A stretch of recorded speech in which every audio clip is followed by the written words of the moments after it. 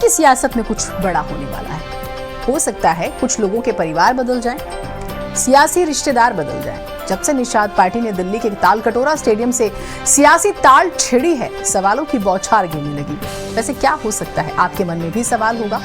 इस रिपोर्ट में आपके लिए जवाब है।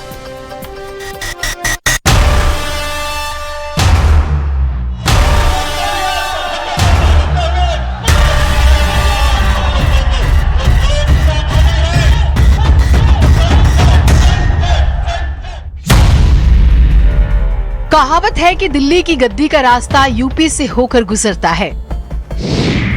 कहा यह भी जाता है कि जो दिल्ली में तय होता है वही देश में होता है।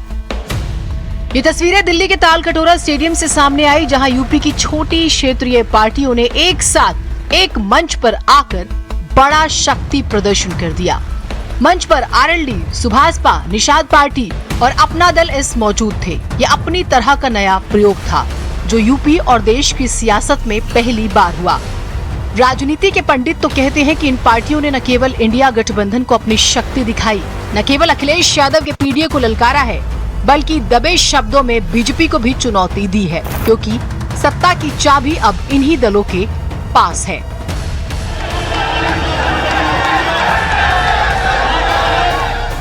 दिल्ली के तालकटोरा स्टेडियम में निषाद पार्टी का राष्ट्रीय अधिवेशन और 10वें स्थापना दिवस का उत्सव मनाया गया। माहौल गजब का था।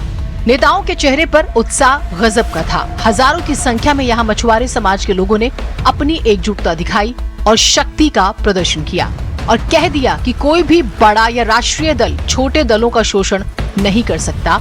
अब उनके समाज की आवाज को दबाना संभव नहीं।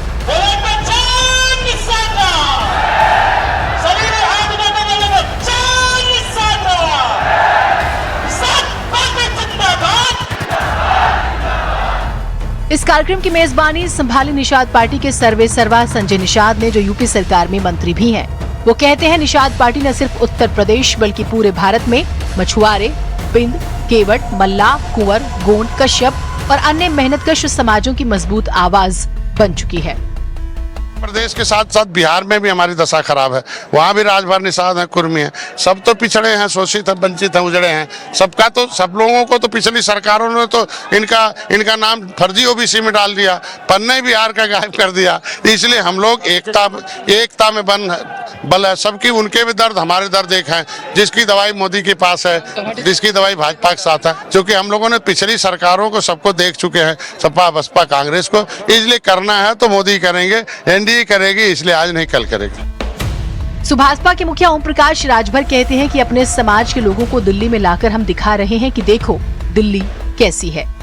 राजभर कहते हैं कि जो समाज कभी गिनती में नहीं आता था, आज वही उत्तर प्रदेश की राजनीति का भविष्य तय कर रहा है। देश की राजनीति में, प्रदेश की राजनीति में आपकी गिनती नहीं होती थी। बधाई देता हूं भाई, बड़े भाई डॉक्टर संजय निषाद जी को।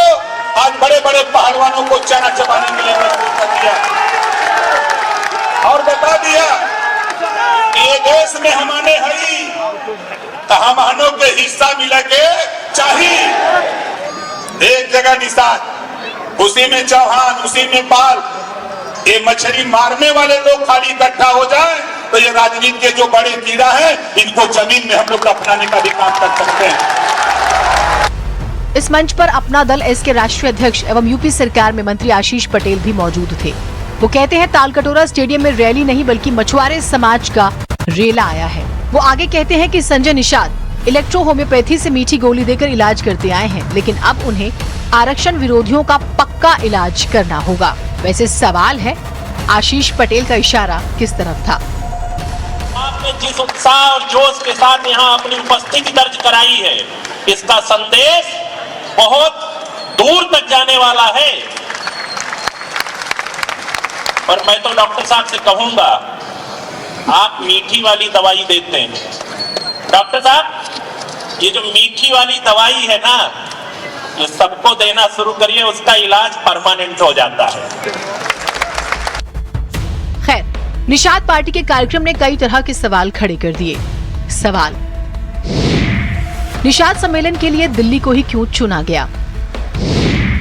आरएलडी, सुभाषपा, निषाद पार्टी, अपना दल एस बीजेपी पर दबाव बना रही है क्या?